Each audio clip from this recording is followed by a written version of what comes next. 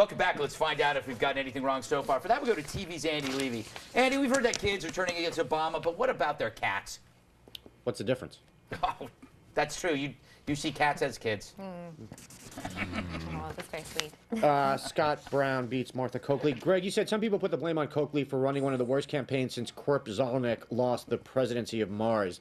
It was actually Meep Zalnik. His cousin Korp served as Minister of Salt from 5822 to 5826. Easy mistake. Yeah. Well, my history books don't go back that far. Yeah, no, and it's ancient history. Yeah. Carrie, Diana, you both think that the whole "my daughters are available" thing was funny at first, and then it just went too far. But why was it even funny? Would you think it was funny at first if you were one of the daughters? Yes. I think it would be good, and it increases his likability. All right. Carrie? And my daddy always said I was the best. There you have it. Okay. Delightful. Yes. She was talking about when she was a gymnast. Yes. And her dad would go to gymnast class and see her doing her gymning. Greg, look, wait a second, hold on. Look at Carrie. I think we all know she was never a gymnast. Or we could just move right along and act like it never happened. All right, let's go. Yes. Mike, you said you would never say your daughter was available on national TV, but admit that you would totally talk about something that she talked about with you. Oh, I would. You've done that on the show. You know, okay, guilty, fine. All right, can we go back to that picture of Carrie? There we go. Someone likes this two-screen. Yeah, I'd say she was a gymnast. I remember, Andy, Yes. Mike Baker bringing up a talk he had with his daughter about getting belly button piercing or something, right? That was my belly button piercing. Yeah, Oh. I was giving her an example of my This is what parents do. They are on the planet to embarrass you. Yeah. Yeah. By the way, Ayla I want to Brown. see the belly button ring. I'll be in LA next week.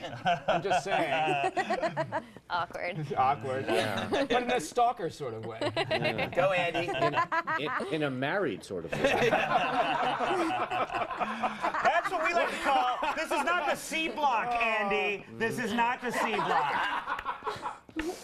By the way, Ayla Brown, that's the available one, Yes. is on Twitter at Ayla Brown, so you can let her know. Oh, I bet you immediately tweeted to her, didn't you? No, I haven't actually. That's You will. unusual for you. No, it's not. Yes, it is. No, it's really not. Yes, it is. It's really not. Yes, it is. Keith Olbermann. Can someone let Keith Olbermann know that just 14 months ago, the racist voters of Massachusetts picked Obama over McCain by 26 points? You just did. All right. I'm just trying to figure out how a state that voted for Obama by 26 points can then vote to repudiate the idea that it's okay to have a black president. It's a very good point. I can't figure it out. I can't either. Also, Greg, note what Olbermann does here. He says that one of Obama's policies is that it's okay to have an African-American president, which means that if you oppose Obama's policies, you oppose the idea that it's okay to have an African-American president. Yeah. Also, if you float, you're a witch. Never understood that. No, it makes Because sense. then if you drown, you're not a witch, Exactly. but you're dead. Exactly. Yep. I just wanted to point that out to myself. Yes. Greg, you showed that clip of Brown using that Black Eyed Peas song in his acceptance speech. Here's my theory about the Black Eyed Peas. They actually write songs specifically to get played on commercials and at events such as this. Yeah, it worked. They're like Milli Vanilli without the musical integrity. Oh. Wow. That's harsh. Yeah. Yes, it is. They're a poor man's Milli Vanilli. Yeah. Yep. That's a great reference to Milli Vanilli. Yes. Yeah. Thank you very much. After 10 years. Yep. Gregolog, the Tea Party stuff. I've actually come up with a good word for people who think teabagger is clever. Douchebaggers. Ah, nice. Carrie, shame on you for pretty much everything you said in this segment, I think. Also, Thank you very much. I'll be in LA very, very soon. And unmarried. Exactly. So you decide who's more attractive. You know what? I'll let it go. Yeah. Greg, you said Maddow and her ilk learned a key lesson last night that calling folks teabaggers only helps them teabag you. To be fair, I don't think anyone's teabagging Maddow. No. Terrible. It's not terrible. Good for her. Yes. There you go. Yep.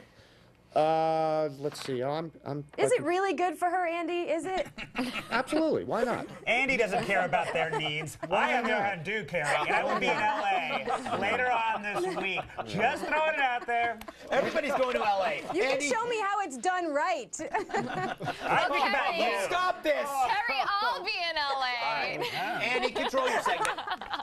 I think because of all of you, I'm now done with all of this stuff unread. I think I'll post it on my blog. Stuff I didn't get to say on the show because other people are jerks.com. You know, I'm surprised you were able to get that URL. It is, yeah. I paid for it. Yeah, very good. Bye. Bye. Let me welcome back our guest, Diana Falzone. Date Night with Diana hosts on Fox News IMAG. She's so alluring, the Zodiac asks her sign. Carrie Keegan, No Good TV's lead anchor, writer, producer of Loveliness, where a department store clothes would be flying off her rack. And Mike Baker, former CIA operative and diligence president. He's so cool that polar bears often try to walk across him. Yes. That's uncomfortable. It really is. It's the monument that's way overdue. An American symbol of patriotism, freedom, and hopefully dynamite abs. I'm talking, of course, about a male Statue of Liberty. Freedom with junk. A Georgia-based group is proposing the idea to a land developer in South Carolina. Didn't know they had land there. Saying the statue could be the same size as Lady Liberty. The monument would face Charleston Harbor and cost up to $150 million, depending on the height and, more importantly, of course, girth. Its base will probably contain a museum in the hopes of drawing more tourists to the historic area. Another added attraction, baby tossing, which I think is totally inappropriate. Just putting it out there. Diana, isn't it about time? You guys have had the Statue of Liberty for like 700 years. Stop trying to usurp my gender. I'm sick of this. It's ridiculous. $150 million. They're saying they're getting it from private investors, but I don't buy it. Somehow the taxpayers are going to have to pay for this, and I just don't think that Lady Liberty needs a male counterpart. She's been standing alone, strong and proud. Ladies, are you with me? But you know, the French paid for that. We should get our own Statue of Liberty, and it should be a dude. Hey, Carrie, do you think people will actually go to the male Statue of Liberty? Only if he is built with Liberty-like proportions. Yeah, an interesting point. And I probably won't pursue that point at this point because you've already made that point about his point. Bill, will you move to South Carolina if this happens? Because I want you to move to South Carolina. Or anywhere. Yes. Outside the You want me tri-state to move area. to South Carolina, CBS, somewhere. You want me not here. Here's the thing. We already have a male Statue of Liberty, and it is indeed the actual Statue of Liberty. This is the most mannish-looking woman this side of mannish-looking woman town. And I have a theory. You know why?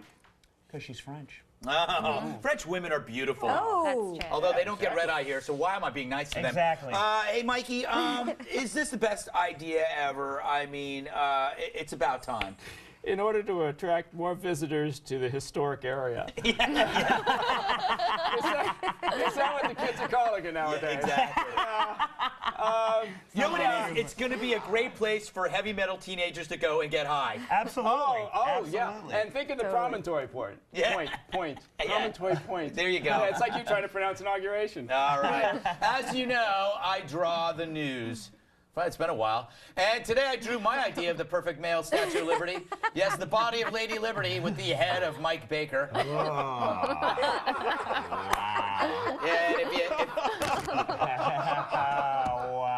and if you happen to crack it open, butterflies, get this, if you crack it open, butterflies made of chocolate and dreams will fly out. And then peck your eyes out. They'll peck your eyes out. If you'd like to win this piece of art, I would. simply send me the title to redeye@foxnews.com, and if I like it, I'll make an autographed copy drenched in Bill's blood. Nice. All right, we got to move on. Thank you, Carrie Keegan. Always a delight having you on their show, and a challenge for all of our editors afterwards. We're taking a break. But when we come back, we'll talk to actor Andy Whitfield from the new series Spartacus, Blood and Sand. If you leave now, I'll smite your fist with my face. The Gedai have raided our villages in the past, raped our women, killed our children. Each time we have pushed them back, only to see them return. He speaks out of turn, yet the truth falls from his mouth.